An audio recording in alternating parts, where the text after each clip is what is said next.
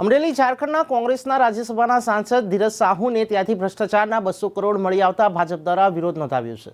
ત્યારે અમરેલીના રાજકમલ ચોક ખાતે સૂત્રોચ્ચાર અને પ્લેકાર્ડ સાથે ભાજપના કાર્યકર્તાઓ અને હોદ્દેદારોએ વિરોધ નોંધાવ્યો। જિલ્લા ભાજપ દ્વારા વિરોધ પ્રદર્શન કર્યું અને મોટી સંખ્યામાં ભાજપના હોદ્દેદારો જોડાયા હતા।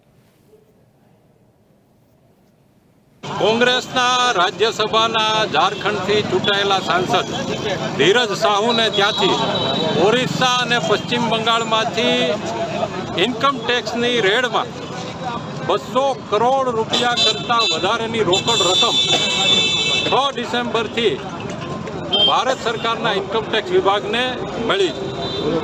આ કોંગ્રેસના રાજ્યસભાના સાંસદ ધીરજ સાહુ એ સતત 3 વખતથી કોંગ્રેસના રાજ્યસભાના સાંસદ તરીકે કોંગ્રેસે એને રાજ્યસભામાં મોકલ્યા।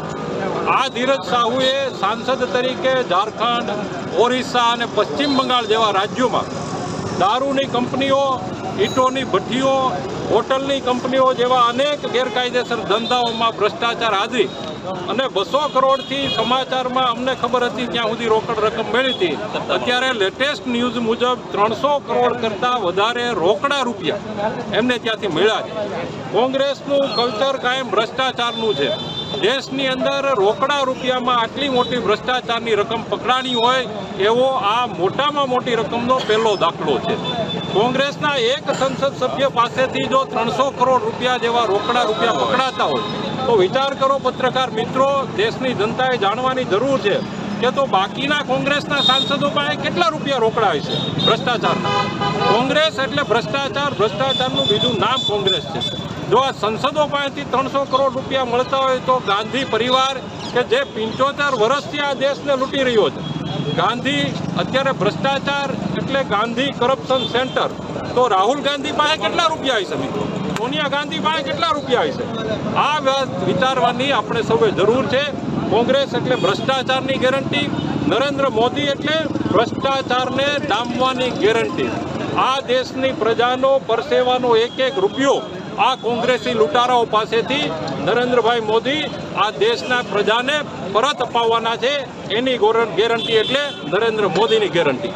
મિત્રો, નરેન્દ્રભાઈ મોદીએ ઇન્કમ ટેક્સ, ઈડી દરેકની સહાયથી આ જે દરોડાઓ પાડી અને ભ્રષ્ટાચારીઓ વિરુદ્ધ કાર્યવાહી કરી છે, એની બીકના કારણે જ આજે દેશની અંદર ઇન્ડી એલાયન્સ એટલે કે ઇન્ડી ગમંડિયા ગઠબંધન બન્યું છે। એટલે ટીએમસી હોય, આમ આદમી પાર્ટી હોય કે ભ્રષ્ટાચારી કોંગ્રેસ, નરેન્દ્રભાઈની બીકથી આ દેશની અંદર એક થઈ રહ્યા છે। પણ નરેન્દ્રભાઈ, ભારતીય જનતા પાર્ટી કોઈનાથી રોકાવાની નથી। આ દેશની પ્રજા નરેન્દ્રભાઈ મોદી અને ભારતીય જનતા પાર્ટી સાથે છે। સતત 2 વખતથી ભ્રષ્ટાચાર વિરુદ્ધ કાર્યવાહી કરવા માટે આ દેશની જનતાએ નરેન્દ્રભાઈ મોદીને વડાપ્રધાન બનાવ્યા છે અને 2024માં ફરીથી આ કોંગ્રેસી ભ્રષ્ટાચારીઓ સામે કાર્યવાહી કરવા માટે નરેન્દ્રભાઈ મોદીને આ દેશની પ્રજા ફરીથી વડાપ્રધાન પદે બિરાજમાન કરવાની છે।